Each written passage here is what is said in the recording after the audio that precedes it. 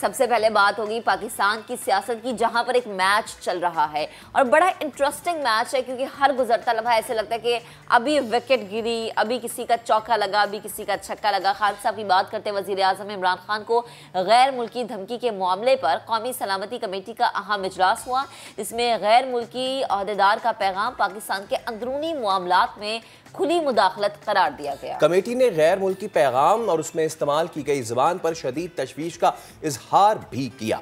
بڑی ہی گمبھیر صورتحال بنتی جا رہی ہے، اور اس صورتحال میں پی ٹی آئی رہنما فیصل جاوید نے کیا ہے ٹویٹ۔ کہتے ہیں پوری قوم ہفتے کے دن وزیر اعظم کے اہم پیغام کے لیے تیار رہے۔ اب یہ پیغام کیا پاکستان کی سیاست میں ایک ٹرننگ پوائنٹ ثابت ہو سکتا ہے یا نہیں، یہ تو ہفتے کو ہی پتہ چلے گا۔ تو فیصل جاوید کا یہ ٹویٹ، اور جس میں انہوں نے یہ لکھا ہے کہ پوری قوم جو ہے سیٹرڈے کو تیار رہیں، اور جناب ہفتے والے دن ایک اہم پیغام بھی ملے گا۔ سینئر تجزیہ کار مظہر عباس صاحب نے ہمیں جوائن کیا ہے۔ مظہر صاحب السلام علیکم، بہت شکریہ نیا دن سے گفتگو کرنے کے لیے۔ پاکستان کی سیاست میں ویسے یہ 3.5 سال گفتگو کی کیفیت رہی، اور جس طرح اس طالب علم کو کہا جاتا ہے 2 سال اور محنت کر لو تو آگے پھر زندگی آسان ہے، اسی طرح ہمیں بھی یہ بتایا جاتا رہا کہ جی آپ فلاں اتنا ٹائم انتظار کر لیں، اس کے بعد حکومت کے لیے آسانی ہی آسانی ہے۔ اب مجھے بتائیے آسانی کس کے لیے ہے، مشکل کس کے لیے؟ جی بہت بہت شکریہ اور صبح بخیر۔ آپ نے ابھی کرکٹ ٹرم یوز کی، دیکھیے پاکستان میں جو دوسرا ٹیسٹ میچ ہے وہ ایک زمانے میں ٹیسٹ میچز ہوا کرتے تھے جو اس وقت تک جاری رہتے تھے جب تک فیصلہ نہ ہو جائے۔ وہ 4 یا 5 دن کے نہیں ہوتے تھے، کئی دنوں کے ہوتے تھے جب تک میچ ختم نہ ہو جائے۔ تو یہ میچ تو جاری رہا ہے، پاکستان کی سیاست کا میچ ختم ہونے کا نام ہی نہیں لیتا۔ اور جو اس وقت صورتحال ہے وہ ظاہر ہے کئی لحاظ سے سنجیدہ ہے۔ آپ کے یہاں سیاسی عدم استحکام بڑھ گیا ہے، خاص طور پہ پچھلے چند ماہ میں صورتحال ڈیولپ ہوئی ہے، اس کے بعد سیاسی عدم استحکام۔ اب جس طرح بھی آپ نے فیصل جاوید صاحب کی ٹویٹ کی بات کی، تو عین ممکن ہے کہ عمران خان یہ بھی اپیل کر سکتے ہیں کہ لوگ اسلام آباد پہنچیں، کیونکہ اتوار کے روز جو ہے وہ وہاں ووٹنگ ہوگی، اور جو نمبر گیمز ہیں اس میں تو گورنمنٹ بظاہر بہت پیچھے رہ گئی ہے، اور لگتا نہیں ہے کہ وہ نمبر گیمز اب کیچ کر پائیں گے۔ تو لہٰذا ایک عین ممکن ہے کہ کوئی پبلک پریشر کی بات ہو، زیادہ ایک طریقے سے صورتحال جو ہے وہ آؤٹ آف کنٹرول بھی ہو سکتی ہے۔ اب میں تو جو فیصل جاوید صاحب ٹویٹ ہے اس کا مطلب تو میں یہی سمجھا ہوں کہ وہ پیغام یہی ہو سکتا ہے۔ اب عین ممکن ہے کہ کوئی دوسرا پیغام بھی ہو، لیکن کیونکہ وہ پیغام تو انہوں نے اپنی جو خطاب ہے وہ کر دیا تھا۔ میں نے کل بھی یہ بات کی تھی کہ بہت بہتر ہوتا کہ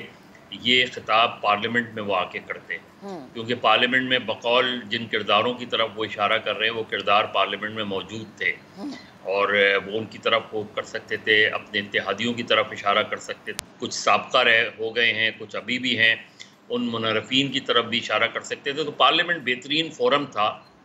اور ظاہر ہے ان کا خطاب اسی طریقے سے نیشنل حکم پہ جاتا جس طریقے سے جیسے کل انہوں نے خطاب کیا، کیونکہ ماضی میں ذوالفقار علی بھٹو نے اپریل 77 میں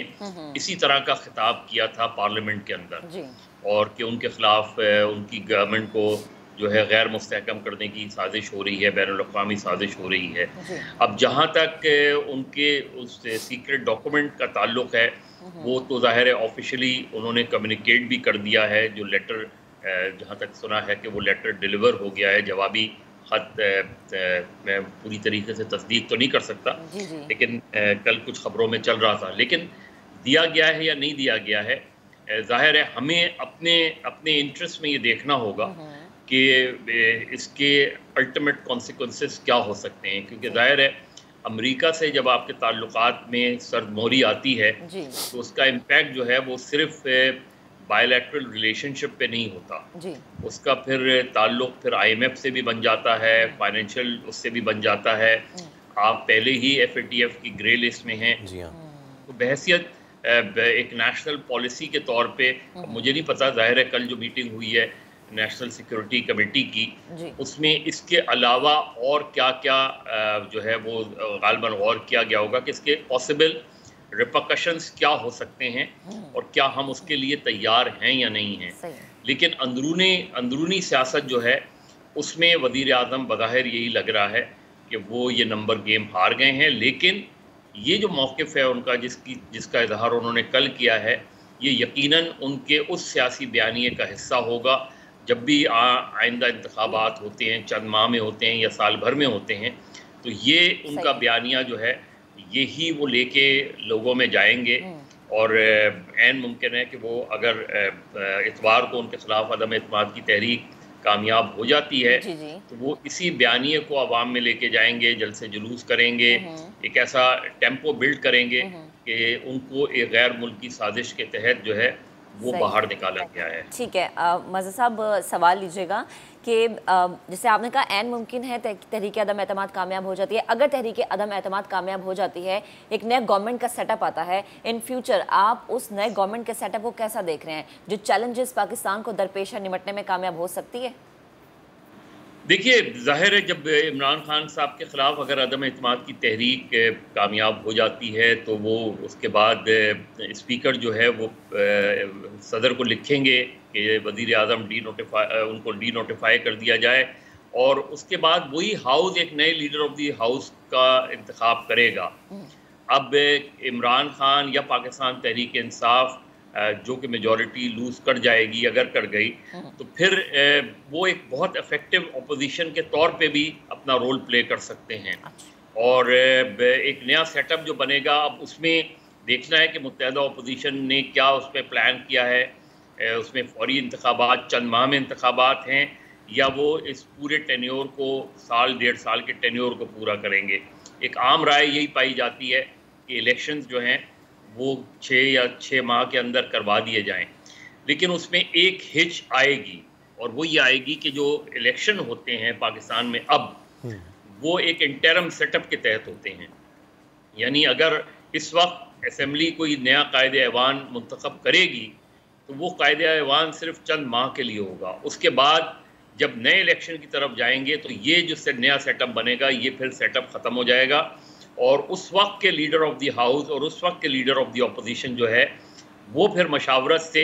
ایک نئے قائد ایوان، ایک نئے انٹرم پرائم منسٹر کا پہ مشاورت کریں گے۔ اگر ان کے درمیان کنسنسس نہیں ہوتا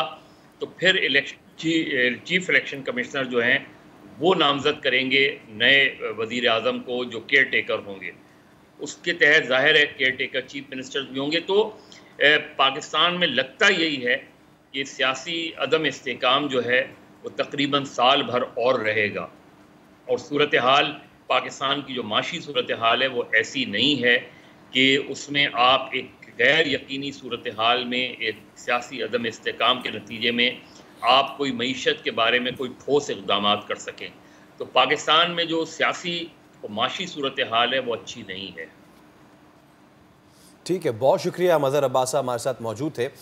یقیناً جو اس وقت ایک غیر یقینی کسی کیفیت پیدا ہوئی ہے، اس پہ فیصل جاوید کا ٹویٹ، تو اب تمام تر نظریں ہفتے کے دن ہیں کہ وہ کیا اعلان، کیا پیغام، کیا فیصلہ ہونے جا رہا ہے۔